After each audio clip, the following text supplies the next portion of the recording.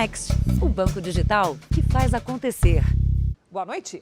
Boa noite. A polícia de São Paulo prendeu esta manhã um dos homens mais procurados do país pelo crime de pedofilia. A investigação agora tenta identificar o destino do material pornográfico apreendido na casa dele. A casa em Heliópolis, a maior comunidade de São Paulo, era onde vivia um dos 10 homens mais procurados pelo Ministério da Justiça por abastecer a internet com material pornográfico infantil. Ele é suspeito de armazenar e compartilhar fotos e vídeos de abuso sexual de crianças e adolescentes. Nos computadores apreendidos, foram encontradas mais de 20 mil imagens de pedofilia. De acordo com as investigações, a maior parte vinha de países da Ásia e do leste europeu. Ao ser preso, o pedreiro negou os crimes. Ele armazenava arquivos de pedofilia envolvendo pornografia infantil e também compartilhava esses arquivos com outras pessoas, até comercializando. Durante a operação, foi encontrada também uma câmera bem pequena e discreta que, segundo a polícia, pode ter sido usada para produzir material pornográfico infantil aqui no país. A partir da análise dos computadores apreendidos, peritos querem descobrir quem acessou, armazenou e compartilhou essas imagens na chamada Deep Web, o submundo da internet. A Justiça decretou a prisão preventiva do pedreiro, que pode ser condenado a uma pena de até 6 anos por armazenar e distribuir material pornográfico infantil.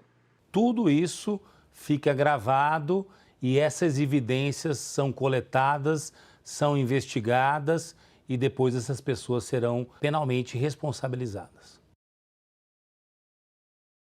Agora, outros destaques do dia. O ministro da Educação fala ao Jornal da Record e diz que já havia pedido investigação sobre suspeita de favorecimento. Ministério da Saúde anuncia 4ª dose contra a Covid para maiores de 80 anos. Dólar completa 6º dia seguido de queda. A luta das famílias que perderam crianças atingidas por balas perdidas para encontrar os culpados.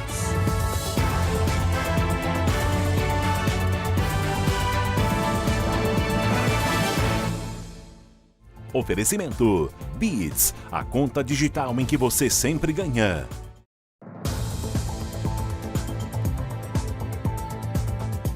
Em Niterói, região metropolitana do Rio de Janeiro, falsos agenciadores atraíam mulheres para fazer um filme e depois as mantinham em cárcere privado. Um deles dizia ser delegado da Polícia Federal. Everton Lamartine e Marco Antônio Gomes foram presos em flagrante. O choro é de alívio. Agora acabou, tá bom? Obrigada. Agora vocês estão livres. Livres! As duas modelos eram mantidas presas há meses em um apartamento em Niterói, na região metropolitana do Rio. Elas conseguiram pedir ajuda a essa atriz que participava da gravação de um filme e por pouco não foi mais uma vítima. Miriam, vai embora enquanto é tempo. Você está correndo perigo. A gente está com um cárcere privado. Me ajuda, eles estão ameaçando a minha família. A atriz foi convidada pelos supostos sócios da produtora a dormir no local, mas conseguiu escapar durante a madrugada e chamou a polícia. Todas elas foram atraídas da mesma forma, com a promessa de participarem de filmes e terem sucesso na carreira.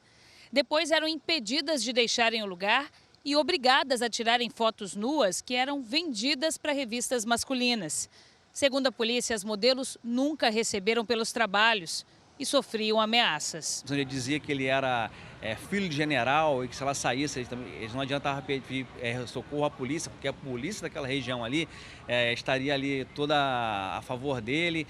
Everton Lamartine Mate e Marco Antônio Esque Gomes foram presos em flagrante. Everton exibia armas de brinquedo, falso distintivo e fingia ser delegado da Polícia Federal. Eles também teriam cometido abusos sexuais contra as modelos. Quando a gente chega lá, a primeira coisa que ele manda a gente fazer é entrar no quarto para fazer a massagem linfática. E manda todas as meninas ficarem nuas. Os sócios também vão responder pelo crime de estelionato tentado contra o governo federal. Segundo a polícia, eles buscavam captar mais de 2 milhões da Ancine por meio da Lei Rouanet para gravar um longa-metragem. Um produtor musical que estaria envolvido no esquema também foi preso. Eu pretendo seguir minha vida e nunca mais cair numa situação dessa. Nós entramos em contato com a defesa da produtora e dos suspeitos presos, mas não tivemos um retorno. A Justiça pediu a prisão temporária da diretora da escola infantil, suspeita de amarrar crianças em São Paulo. Ela é investigada por maus tratos. O muro da escola infantil na zona leste de São Paulo perdeu o colorido. Agora estampa pedidos de justiça. Era aqui que Leonardo deixava o filho de 11 meses todos os dias até assistir a estas imagens. Ele é pai de uma das crianças que aparecem amarradas com um lençol. Os vídeos gravados por uma professora da escola deram início a uma série de denúncias. Ainda tem noites, no meio da noite ele acorda, né? Quando se coloca lençol em cima dele, ele acorda ainda. Então, assim, a gente está tendo meio que sendo um passinho de formiguinha, 1% cada dia, né? Após pedido do delegado responsável, a Justiça decretou a prisão temporária da diretora da escola, além da busca e apreensão de documentos e objetos na casa dela. Os itens podem ajudar nas investigações. A mulher ainda não foi encontrada e é considerada procurada pela polícia. A diretora é suspeita de ter praticado crimes de tortura, maus tratos, de ter colocado a vida das crianças em risco, além de submetê-las a vexame ou constrangimento. Ainda não conseguimos contato com o advogado dela e da irmã, que também atuava na escola. Em entrevista ao Domingo Espetacular, eles disseram que as imagens são reais, mas não havia maus tratos a crianças na escola. Não sabiam, não há sequer uma notícia de amarração de crianças ao longo de 20 anos. As crianças estavam ali? Estavam aparentemente imobilizadas? Estavam. Era no ambiente escolar? Era.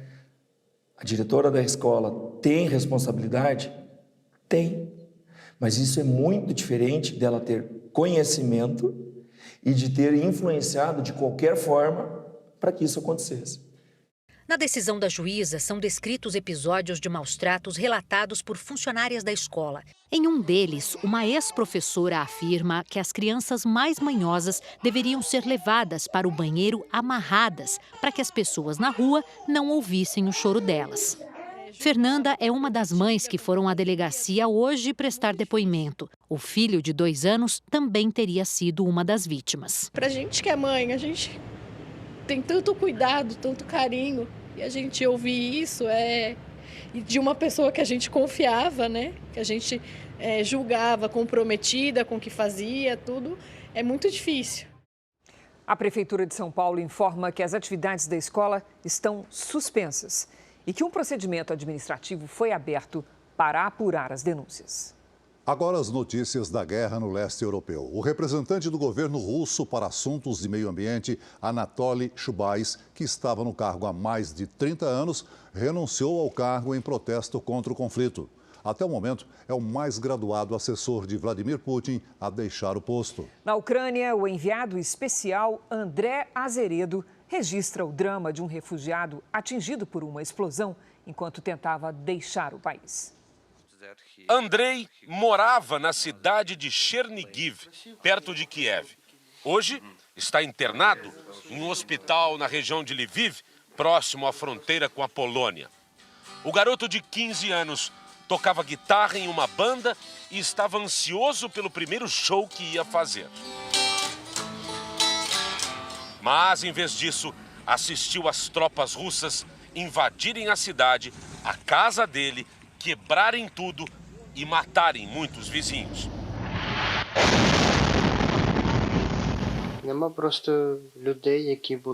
É incompreensível, uma estupidez.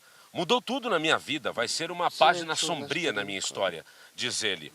Na tentativa de fuga, Andrei e a mãe acabaram passando com o carro em cima de uma mina terrestre que explodiu. Ele perdeu vários ossos dos pés, ficou surdo de um ouvido e teve lesões cerebrais. A mãe não resistiu. A guerra deixa marcas permanentes. O Andrei estava me contando que a cena que nunca mais vai sair da cabeça dele é a do corpo da mãe dele em chamas, enquanto ela tentava sobreviver depois que o carro em que eles estavam explodiu. Sim, são relatos pesados, mas são os relatos reais da guerra na Ucrânia.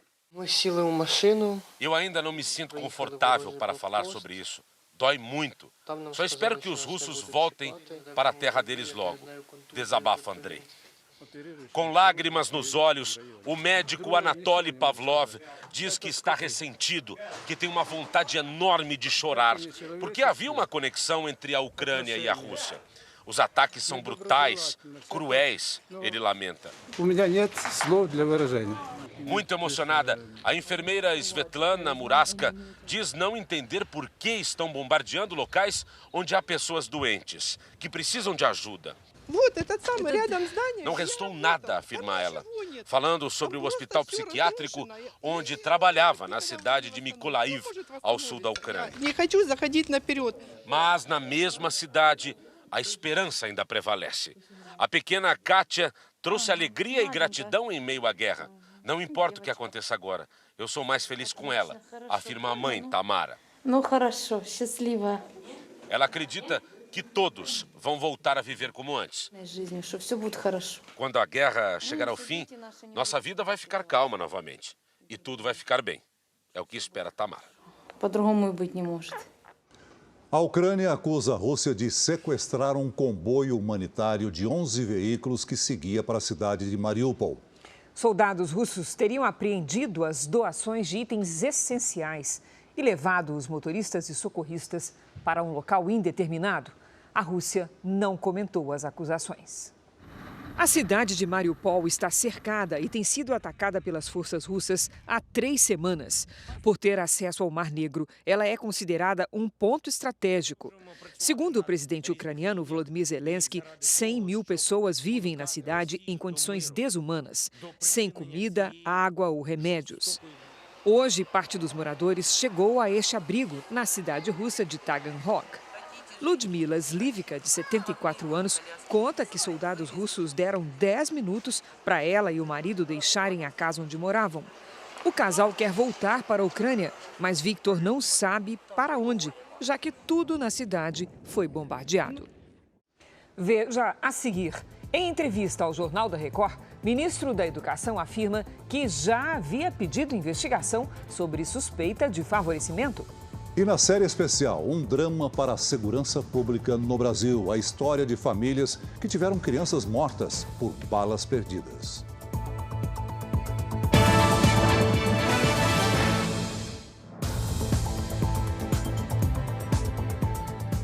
O presidente Jair Bolsonaro esteve hoje em 2 estados nordestinos. No Recife, ele inaugurou a pedra fundamental da nova escola de sargentos, que por ano deve receber mais de 2.000 alunos. De Pernambuco, Bolsonaro viajou para Quixadá, no sertão cearense. Na cidade, Jair Bolsonaro lançou a Força Tarefa das Águas, novo programa para ampliar o fornecimento de água na região nordeste e norte de Minas Gerais. O ex-governador de São Paulo, Geraldo Alckmin, se filiou hoje ao Partido Socialista Brasileiro, PSB. A filiação do ex-tucano reuniu as principais lideranças do partido. Existe uma negociação para que o ex-governador de São Paulo seja candidato a vice-presidente na chapa de Luiz Inácio Lula da Silva. Coração aberto, né? Coração aberto. Política é amor às pessoas. Disposição é reduzir o ódio. É a intolerância. PT e PSB ainda precisam resolver alguns impasses nos estados antes de anunciar uma aliança. Os cenários no Rio de Janeiro e em São Paulo, por exemplo, estão indefinidos e dependem de acordos políticos. Um brasileiro de 21 anos foi atropelado em Nova York, nos Estados Unidos. O motorista fugiu sem prestar socorro. O jovem já passou por 5 cirurgias e continua em estado grave. Foi nesse cruzamento que a vida de Luiz Gustavo Lotti mudou. O jovem de 21 anos foi atingido por um carro em alta velocidade na faixa de pedestres.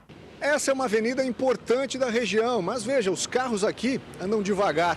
É porque a velocidade máxima permitida é de 25 milhas, ou seja, cerca de 40 quilômetros por hora.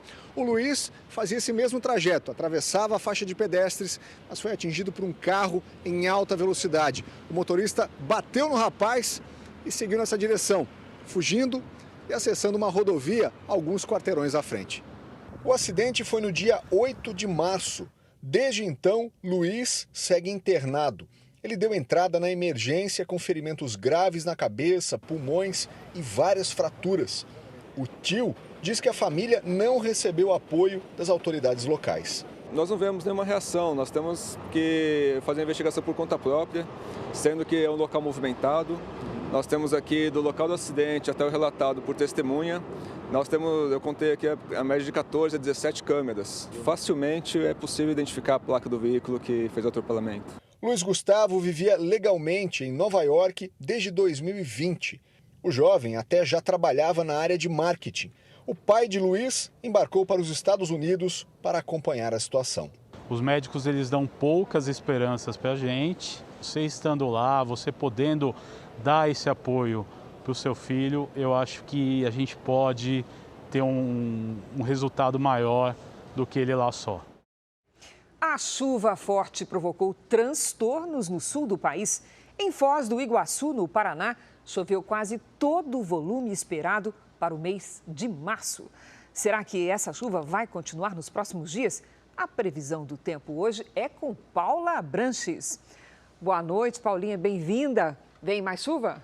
Vem mais chuva. Boa noite, Cris, Celso, e para todo mundo que está ligadinho aí com a gente. Olha só, pessoal, afinal, são as águas de março fechando o verão que terminou no último sábado, né? As nuvens seguem espalhadas por todo o sul do país. A frente fria que provocou temporais avança lentamente pelo Rio Grande do Sul nesta quinta-feira. Previsão de chuva forte com granizo e trovoadas nos 3 estados do sul. E um alerta, em algumas cidades podem ocorrer alagamentos. E olha, uma outra região que merece atenção nos próximos dias é o norte do país. O nível dos rios está muito alto e há risco de inundação, principalmente em Rondônia, no Acre, Amazonas, Pará e também Tocantins. No Nordeste, a chuva forte pode continuar em áreas isoladas. E já entre o interior de São Paulo e o oeste da Bahia, tempo firme e bem quente. Agora vamos às máximas então pelo Brasil. Lá em Florianópolis, 27 graus. No Rio de Janeiro, 30. Em Campo Grande, 31. Em Natal e Manaus, calorão, viu, gente? 32 graus. Em Teresina, 34. E em Porto Velho, 31. Aqui em São Paulo, previsão de mais um dia com a cara de outono. Amanhã, bem fresquinho aí, com 17 graus e calor de 31 graus à tarde. Boa noite, pessoal, e até a próxima. Obrigada, Paula. Boa noite, Paula. Veja a seguir. Telefones celulares podem comprometer suspeitos pelas mortes de 2 traficantes de facção criminosa. E na série especial, a triste realidade das famílias que perderam crianças para as balas perdidas.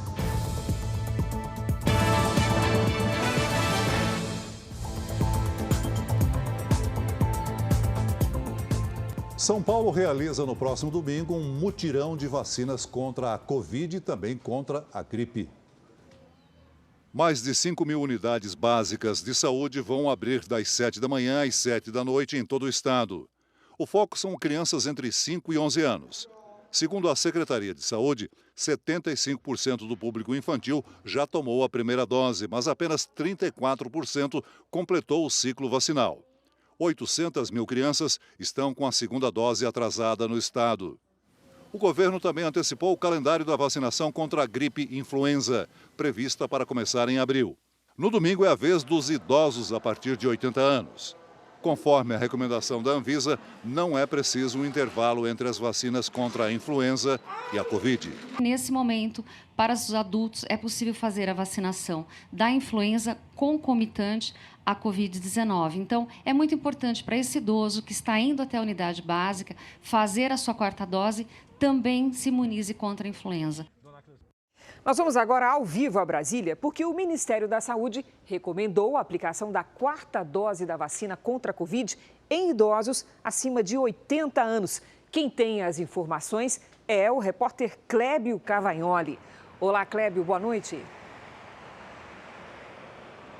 Oi, Cris, boa noite a você, ao Celso e a todos. Segundo o Ministério da Saúde, a aplicação deve ser feita 4 meses depois da primeira dose de reforço, a terceira dose tomada desde o começo da vacinação no Brasil. A vacina utilizada deve ser preferencialmente a da Pfizer. A necessidade de reforço para outras faixas etárias ainda está em estudo. Até agora, a chamada quarta dose só era aplicada em pessoas com problemas de baixa imunidade. O Ministério também reforçou que tem vacinas da Pfizer suficientes para aplicação neste grupo e que alguns estados já informaram, inclusive, que contam com os imunizantes em estoque. Volto com vocês, Cris e Celso. Obrigada, Clébio. E ainda sobre esse tema vacinação, a cidade de São Paulo vai começar a aplicar a quarta dose da vacina contra a Covid.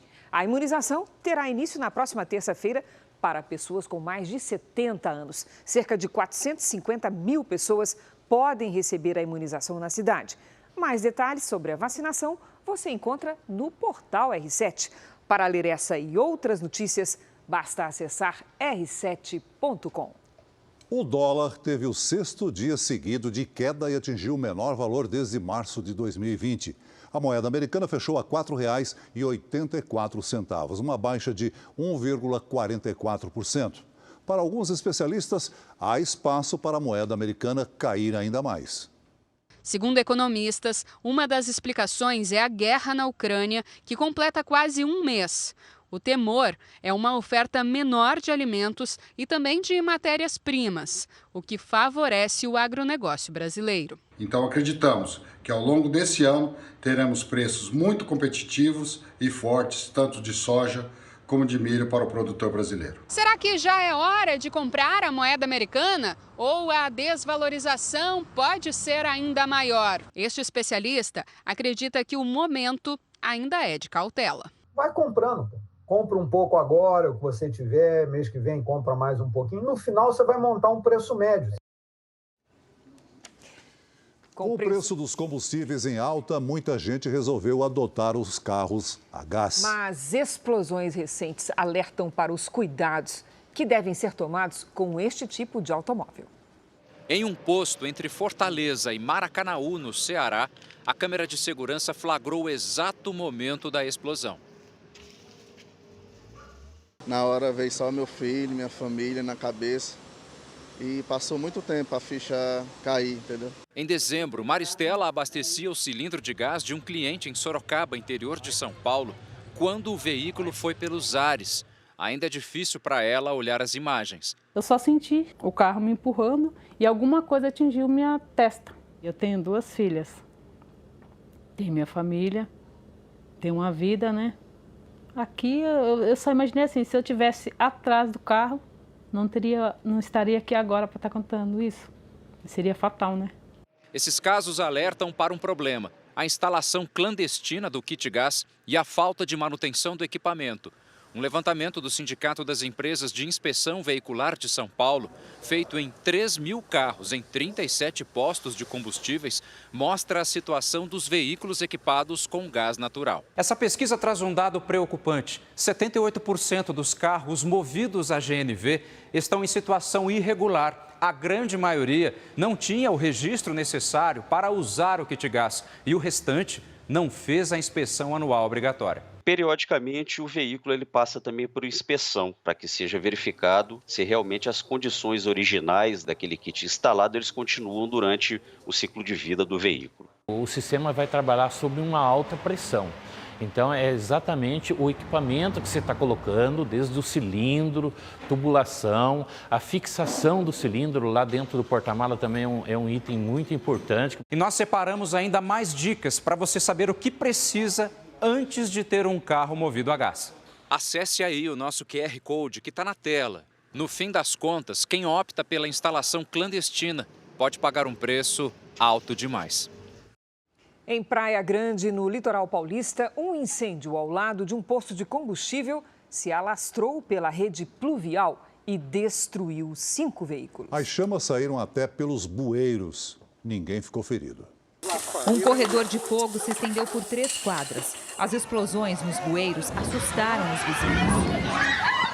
que eu saí aqui no portão, naquele bueiro, estava saindo uma bola de fogo a mais de 5 metros. Essa mulher quebrou o pé ao tentar fugir. Foi momentos de terror, viu? As chamas destruíram 5 carros, danificaram casas e chegaram até o muro de uma escola. O carro do Wilson estava em frente da casa dele quando foi atingido. Eu não conseguia nem chegar perto para tirar o carro daí, que já tinha tomado tudo. O incêndio foi controlado depois de 1 hora, mas o vazamento seguiu por mais de 18 horas.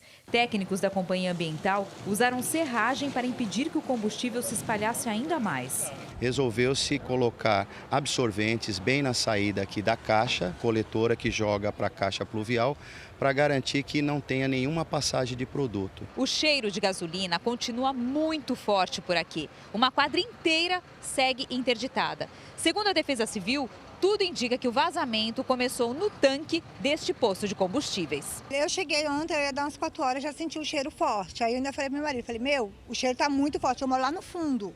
Aí ele pegou e falou, não, deve ser o gás. Eu falei, não é cheiro de gás, é gasolina. O dono do poço ainda não se manifestou sobre o vazamento de combustível. Um relatório do setor de inteligência da Polícia Civil mostra onde estavam no dia do crime os suspeitos do assassinato de 2 traficantes ligados a uma facção criminosa. A execução aconteceu em dezembro do ano passado. Todo o relatório está baseado no acionamento das antenas de telefonia pelos celulares dos investigados. Toda vez que um aparelho é utilizado, ele emite um sinal para as torres espalhadas pela cidade. A partir daí, é possível saber onde o dono do celular está. O documento traz em detalhes a movimentação dos suspeitos investigados no inquérito que apura os assassinatos de Anselmo Santa Fausta e Antônio Corona Neto, em dezembro do ano passado. Os 2 traficantes ligados ao crime organizado foram executados na zona leste de São Paulo. A principal tese da polícia é que o agente penitenciário David Moreira e um amigo dele, Noé Chaum, foram contratados pelo empresário Vinícius Gritzbach para matar Anselmo, a quem ele devia dinheiro. Antônio teria sido morto porque estava com o alvo do atentado. O telefone de Noé Chaum, apontado como executor e morto dias após o crime, acionou uma torre bem perto do local da execução. Isso aconteceu 4 minutos antes dos assassinatos. Pelos dados, o agente penitenciário David, um dos suspeitos de participar do crime, também esteve na região naquele dia, entre 10h54 e 2h21 da tarde, acionando inclusive a mesma antena que Noé. Até o presente momento, inexiste taxativamente qualquer indício ou comprovação que coloque o meu cliente Davi Moreira na cena do crime. Com relação a Vinícius, o empresário investigado por supostamente ordenar a execução, o que chamou a atenção do Serviço de Inteligência da Polícia é que um dos celulares registrados em nome dele foi utilizado bem perto das casas de Noé e David, os possíveis executores. Isso aconteceu bem longe da residência de Vinícius e 1 mês depois do crime. Esse relatório mostra cabalmente, tecnicamente, que contra o Vinícius há uma verdadeira conspiração de tudo que a defesa vem alegando, que ele foi um bode expiatório de uma grande trama. Após o assassinato do amigo Noé, David fugiu para o Nordeste e disse em depoimento que jogou o celular fora, em Minas Gerais. David foi para Pernambuco. A investigação quer saber se durante a fuga ele levou um outro aparelho registrado em nome de Vinícius, o suposto mandante. Esse celular foi acionado, de acordo com o relatório da polícia, em Recife, no dia 19 de fevereiro. Dos 3 suspeitos de executar os 2 traficantes, um deles, Noé, está morto. David e o suposto mandante Vinícius estão presos. A Defesa Civil do Recife está monitorando as cidades atingidas pelas chuvas dos últimos dias. A orientação é que as pessoas evitem as áreas alagadas e não tomem banho em rios e córregos.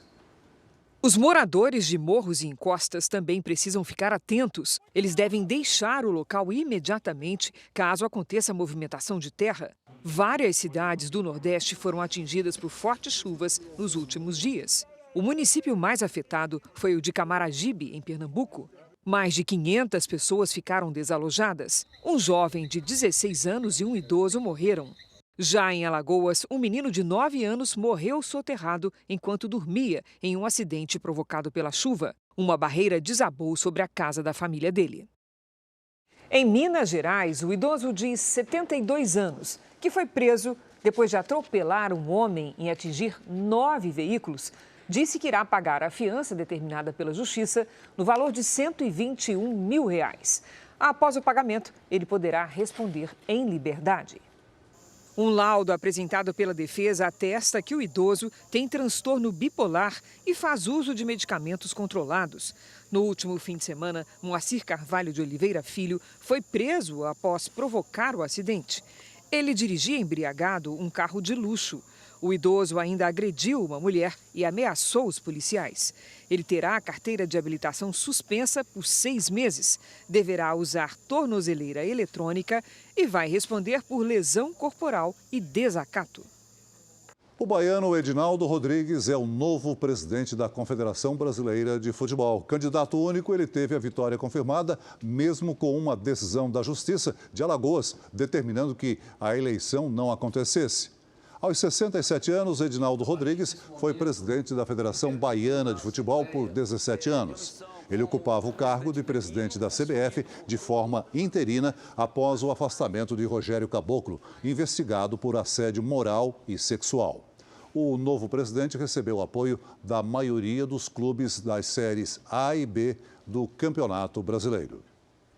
Futebol. Daqui a pouco, Palmeiras e Ituano vão decidir um dos semifinalistas do Campeonato Paulista. A Record TV transmite o jogo para São Paulo logo após a superprodução Reis.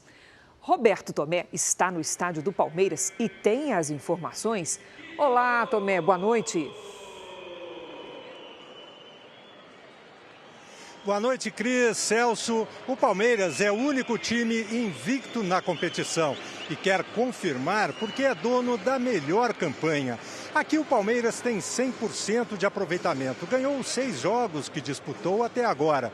Já o Ituano ficou em 5º lugar na classificação geral e vai tentar surpreender o time da capital com um futebol ofensivo. Eles têm o melhor ataque da competição ao lado do Corinthians e do RB Bragantino com 19 gols. Em caso de empate no tempo regulamentar, a partida será decidida nos pênaltis. Cris, Celso. Não vai dar para perder, Tomé. Obrigada. O mundo alcançou na última semana o menor número de mortes por Covid-19 em 2 anos. A queda foi de 23%, com quase 33 mil registros de óbitos. O menor registro de morte desde o fim de março de 2020, mês em que a Organização Mundial de Saúde declarou que o planeta enfrentava uma pandemia. No continente americano, a redução de mortes foi de 42% na semana passada. No Oriente Médio, de 38%. Na Europa, África e no sul da Ásia, de 20%. Somente na Ásia Oriental é que houve um aumento no índice de mortes de 5%. Rússia, Estados Unidos e Brasil são os 3 países com o maior número de mortes. A Procuradoria-Geral da República pediu autorização ao Supremo Tribunal Federal para investigar o ministro da Educação.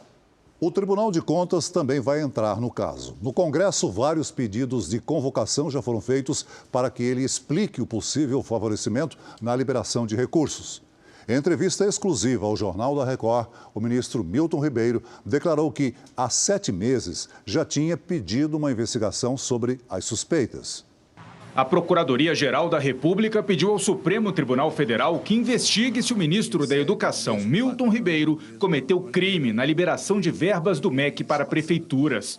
Em áudio vazado, o ministro afirma que, a pedido do presidente Jair Bolsonaro, repassava as verbas para quem os pastores Gilmar Silva dos Santos e Arilton Moura indicavam. Os 2 são ligados à Igreja Assembleia de Deus, Ministério Cristo para Todos. A PGR vai pedir que prefeitos prestem depoimento para apurar um suposto pedido de propina feito pelo pastor Arilton Moura, que teria pedido 1 quilo de ouro para o prefeito Gilberto Braga, de Luiz Domingues, no Maranhão, em troca da liberação de recursos do Ministério da Educação. Em conversa exclusiva com a Record TV, o ministro disse que encaminhou um pedido de investigação à Controladoria Geral da União em agosto do ano passado, depois de receber uma denúncia anônima. Eu não estou aqui para julgá-los. Eles são pastores que respeito, como eu sou pastor. Eu, em agosto do ano passado, diante desse quadro, eu imediatamente procurei a CGU e, de maneira oficial, eu protocolei as denúncias que chegaram a mim. Agora, no áudio, não fica claro que o senhor deu autorização a esses dois pastores, que não têm nenhum vínculo com o MEC, nenhum vínculo com o governo federal, a oferecerem às prefeituras esses recursos em nome do MEC? Não. O que o áudio vaza é que, primeiro, eu coloco uma prioridade de atender as cidades que mais precisam. E, em segundo lugar, como é comum, talvez muitos parlamentares já tenham feito isso, por uma questão apenas de cordialidade, quando alguém me encaminha, um prefeito, eu falo, olha, esse é o mais importante, ele manda aqui no MEC, coisas assim que eu não fiz apenas com eles, mas fiz também com outros parlamentares e com os pastores também. E foi um pedido do presidente Jair Bolsonaro que esses dois pastores participassem dessa distribuição de recursos? Não. O presidente Bolsonaro, ele fez o que qualquer autoridade faz. Ele encaminhou ao MEC para que eu pudesse receber esses dois pastores. Isso é verdade. Mas por que depois de pedir essa investigação da CGU, o senhor ainda recebeu os pastores? Eu recebi uma vez apenas. Por quê? Porque a investigação é sigilosa. Eles não sabiam que estavam sendo investigados. Eu não falei para eles que eles iam ser investigados. Então, eventualmente, se eu me ligasse de uma hora para outra a recebê-los por todo e qualquer motivo, isso poderia gerar alguma desconfiança. Os encontros do pastor Gilmar Santos com autoridades em Brasília eram frequentes. Em outubro de 2019, ele organizou uma caravana com outros pastores para se encontrarem com o presidente Bolsonaro. Em vídeo publicado na internet, o pastor Abimael Flor, da Igreja Assembleia de Deus Ministério Goiânia, agradece a Gilmar pela ajuda na organização do encontro. Meus amados e queridos irmãos, estamos aqui com o nosso querido pastor Gilmar Santos. Acabamos agora de participarmos da reunião com o presidente Jair Messias Bolsonaro e estamos aqui na caravana do nosso querido pastor Gilmar, muito feliz. No Congresso, vários pedidos de convocação de Milton Ribeiro foram protocolados. O ministro conversou hoje com o presidente do Senado, Rodrigo Pacheco, e já se colocou à disposição da Comissão de Educação da Casa para prestar esclarecimentos. Ribeiro deve ser ouvido na próxima terça-feira. A Frente Parlamentar Evangélica disse que o caso precisa ser esclarecido. O amplo direito à defesa no Estado democrático de direito e a presunção de inocência é uma primícia que vale para todo cidadão brasileiro. Não vejo problema que pastores sejam recebidos. Desde que o assunto se tornou público, nossa equipe de produção tem tentado contato com os pastores citados. Ainda não localizamos o pastor Arilton Moura. Já o pastor Gilmar Santos tem recusado nossas ligações. Ele publicou hoje vídeos em uma rede social, mas não cita diretamente o caso. Estou aqui para lhe dizer, aqui está o mesmo pastor Gilmar Santos, convivendo com a verdade, para falar a verdade e para viver a verdade. No portal R7, você pode acompanhar a entrevista completa do ministro Milton Ribeiro, em que ele responde sobre o caso dos pastores. Acesse r7.com. O Jornal da Record faz uma pausa de 30 segundos. Uma correção. A partida entre Palmeiras e Ituano pelas quartas de final do Campeonato Paulista vai ser transmitida para os estados de São Paulo, Paraná, Santa Catarina, Rio Grande do Sul, Mato Grosso e Mato Grosso do Sul. As famílias que tiveram crianças atingidas por balas perdidas enquanto brincavam ou andavam na rua buscam forças para continuar.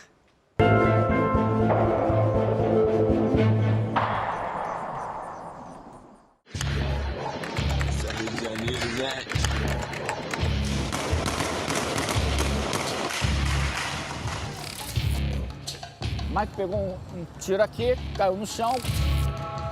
Para mim parece que acabou de acontecer. É como se estivesse chegando do trabalho ontem, escutando tudo aquilo e vendo a cena das meninas ali caídas no chão.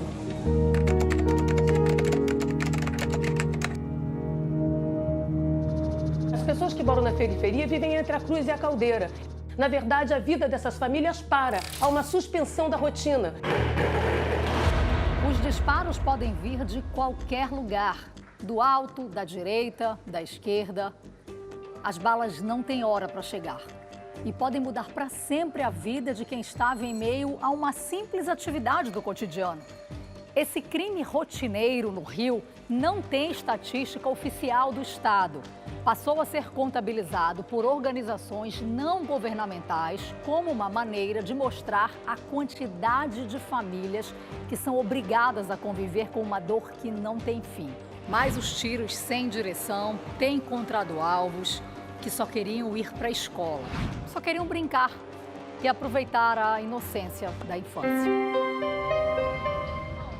Ficou um vazio tão grande.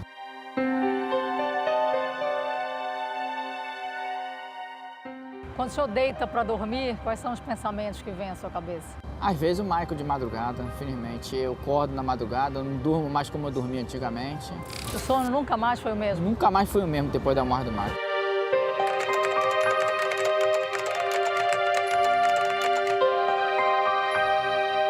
Eu sinto mais amargurado um pouco porque não foi feita a responsabilidade da morte do Michael.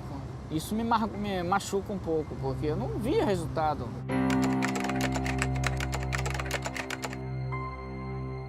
Quatorze anos depois da morte do Michael, o seu Zé Luiz cansou de falar da violência apenas mostrando as fotos do filho. Foi quando ele decidiu construir esse boneco de isopor e papel e usou no acabamento cápsulas que ele encontrava no chão da comunidade depois de um tiroteio. Aqui no detalhe da roupa, na manga e também no cinto, o cartucho com o mesmo calibre que tirou a vida do menino. Esse boneco é para mim chamar a atenção da sociedade, do que eu me tornei, um artista plástico, para mostrar a semelhança do Michael que seria hoje com 1,75 m.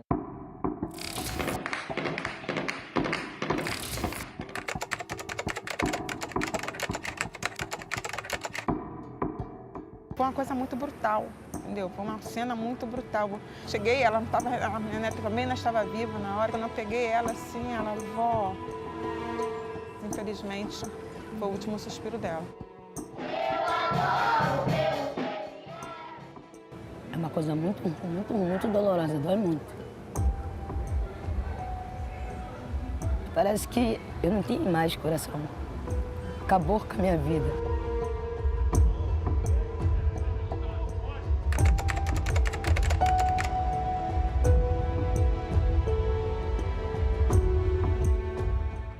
Revolta. A gente só quer que tenha uma solução. Porque se eu errasse, eu não ia ter que pagar.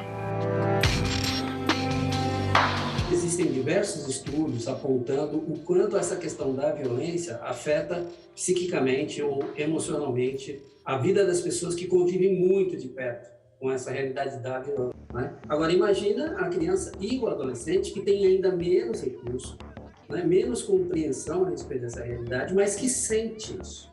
Então, ela vai sentir uma ansiedade, ela vai sentir medo nos seus deslocamentos, ela vai ter, por exemplo, receio de sair de casa. Tenho insônias desde a época. Eu não consigo dormir de jeito nenhum. Eu costumo dizer que a gente sobrevive, né? Porque a gente não consegue mais ter a mesma vida de antes.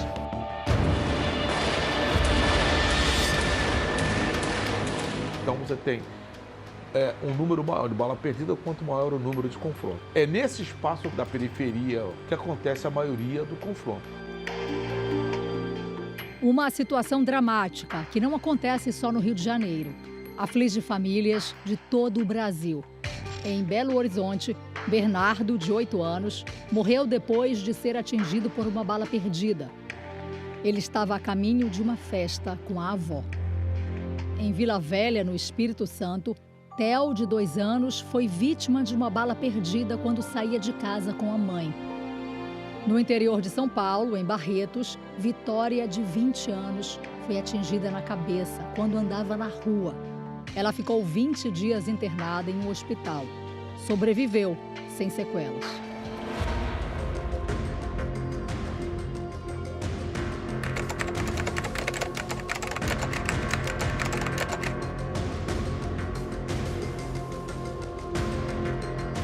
O senhor não vai desistir? Não, jamais. Eu não sei o que é isso.